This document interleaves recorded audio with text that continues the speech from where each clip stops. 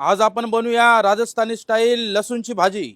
त्यासाठी इथं मी 1 किलो लसूण घेतलेला आहे आणि 1 किलो कांदे घेतलेले, बघू शकता तुम्ही लसणाच्या साईजचेच कांदे घेतलेले।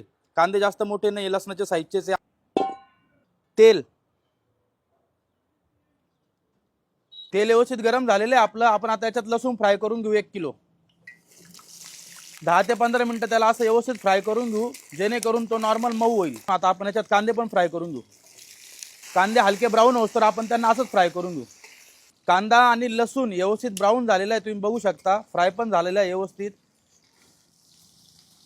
हिरवी मिरची चॉप केलेला कांदा आहे, मिक्स करून घेऊ आपण व्यवस्थित। 1 चम्मच अद्रक लसूण पेस्ट घालून घेऊ। इथे मी 4 ते 5 टमाट्याची प्युरी बनवली, ती घालून घेऊ आपण। व्यवस्थित मिक्स करून घेऊ। भाजीला व्यवस्थित उकळी आलेली आहे। आपण आता याच्यामध्ये काही मसाले घालून घेऊ। लाल मिरची पावडर, धना पावडर, हळद, किचन किंग, चवीनुसार मीठ, मटन मसाला, गरम मसाला। आपण मसाले व्यवस्थित मिक्स करून घेऊ। मसाले व्यवस्थित आपले मिक्स झालेले। आपण आता याच्यामध्ये रेड चिली सॉस टाकणार आहे, सोया सॉस,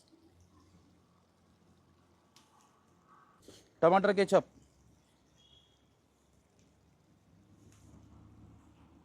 मिक्स करून घेऊ व्यवस्थित। कुरकुरे,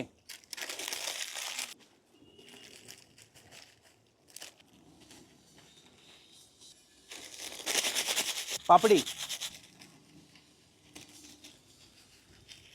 पापडी कुरकुरे व्यवस्थित मिक्स करून घेऊ। 5 मिनिटं आपण वाफेवर शिजवून घेऊ भाजी। 5 मिनिटं झालेले आपले झाकण ठेवून। व्यवस्थित वाफ पण झाली, बघा तरी पण कशी आलेली भाजीला, एकदम सुंदर अशी तरी पण आलेली आहे। कोथिंबीर, आपली राजस्थानी स्टाईल लसूणची भाजी रेडी। आपण आता सर्व करून घेऊ।